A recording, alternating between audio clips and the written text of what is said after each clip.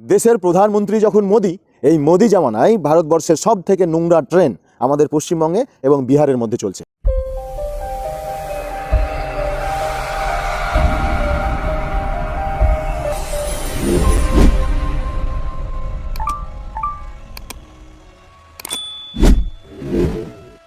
আজকে 13 জানুয়ারি 2026।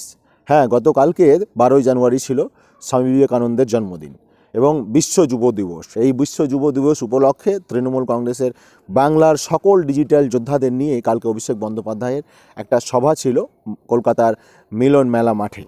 তো সেই সভা থেকে বাড়ি আমি কিন্তু রাতেই ফিরেছি। তো বাড়ি যখন রাতে ফিরেছি তো ট্রেনে তো আসতে হবে।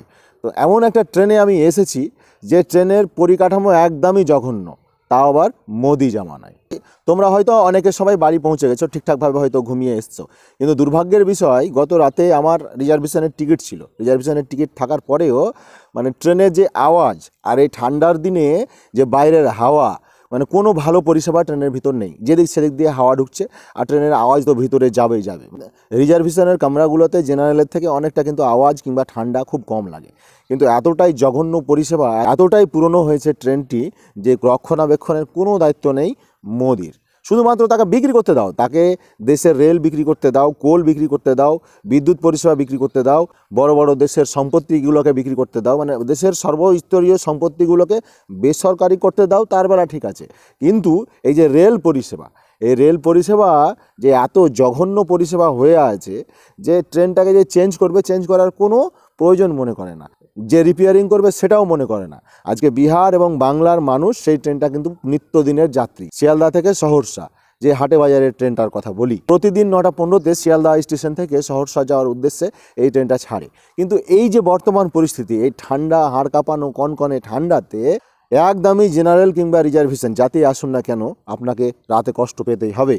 এই ট্রেনটায় উঠলেই কলকাতার পরে কয়েকটা স্টপেজের পর আপনাকে কিন্তু ঠান্ডা লাগতে বাধ্য। যেহেতু ঠান্ডা দিন চলছে, কলকাতাতে সেরকম ঠান্ডা নেই, কিন্তু আমাদের এই দিকটাতে উত্তরবঙ্গে কিন্তু তুলনামূলক ঠান্ডা আছে।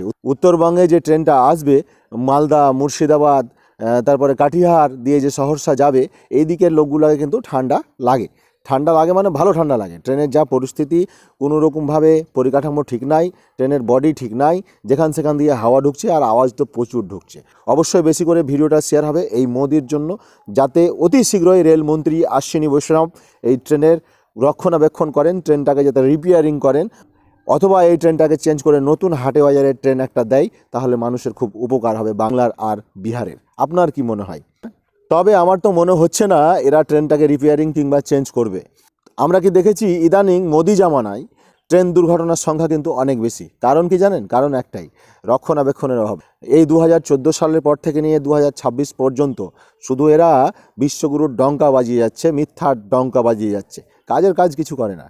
কাজের কাজ যদি করতো তাহলে হয়তো যেভাবে জিএসটি টাকা সারা দেশের মানুষ থেকে তুলছে, যেভাবে সর্বস্তরীয় মানুষের কাছে ট্যাক্সের টাকা তুলছে, যদি এরা ঠিকভাবে কাজ করতো তাহলে মানুষ পরিষেবা খুব সুন্দরভাবে দেশে পেত। কিন্তু না, এরা তো দেশের টাকা উঠিয়ে তার কোটিপতি পুঁজিপতি বন্ধুদের লোন দেবে, আর সেই টাকা নিয়ে তারা দেশের বাইরে পালাবে, সেই টাকা নিয়ে তারা বড় বড় কোম্পানি উঠাবে, এবার কোম্পানি তৈরি করবে।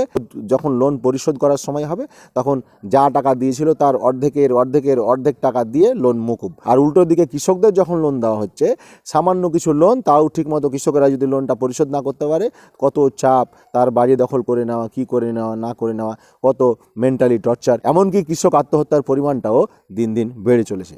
তো যাই হোক, দ্বিতীয়বার আবার বলতে বাধ্য হলাম, ভিডিওটি এত পরিমাণে শেয়ার করো, রেলমন্ত্রীর কাছে যাতে পৌঁছায়, মোদিজির কাছে পৌঁছায়, এবং অবশ্যই এই কাঠিয়ার হাওড়া, তো অবশ্যই এই হাটে বাজারে ট্রেনটিকে যাতে চেঞ্জ করে নতুন ট্রেন লাগানো হয়, এই হাটে বাজারের ট্রেনটিকে রিপেয়ারিং করা হোক, অথবা তার পরিবর্তে নতুন হাটে বাজারে ট্রেন দেওয়া হোক। আপনারা যারা হাটে বাজারে ট্রেনে উঠেছেন অবশ্যই আপনাদের অভিজ্ঞতার কথা শেয়ার করবেন।